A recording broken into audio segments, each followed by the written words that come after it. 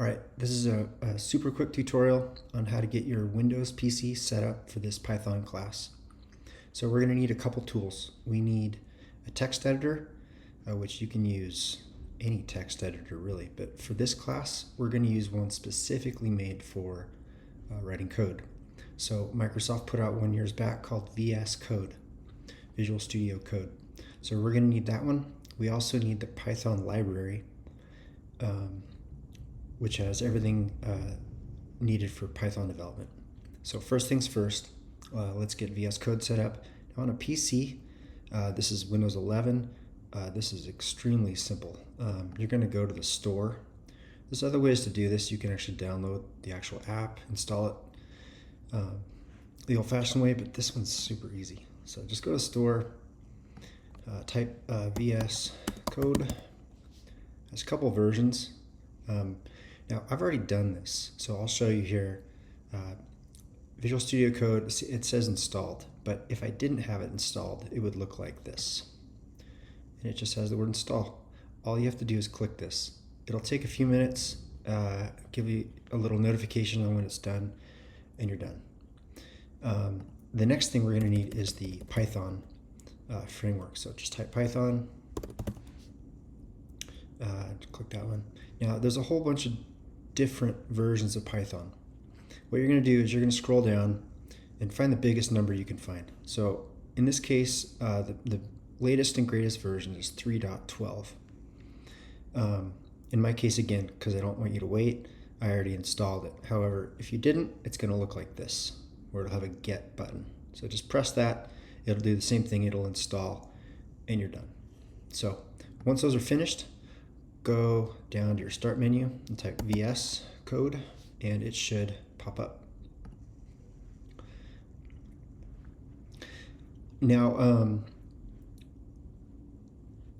the first thing we're going to need to do in here is get some extensions started. So right now, VS Code, it's a text editor. It allows you to type text. But for Python development, we need to hook this thing up to the Python framework and have it do type checking and all the other fun stuff, some debugging. So to do that, we're going to need to install an extension. So here, type Python. And the first one that pops up is probably this Microsoft one, which is exactly what we want. So go ahead and click install. Hopefully this goes quick. Not a big fan of waiting. Sweet. All right, so that is installed.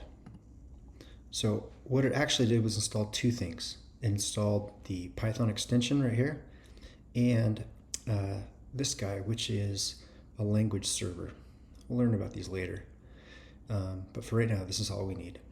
Now, to test this out, there's a few things. So let's make a very simple little app. Let's go open. Let's just put this on our documents. We'll make a new folder.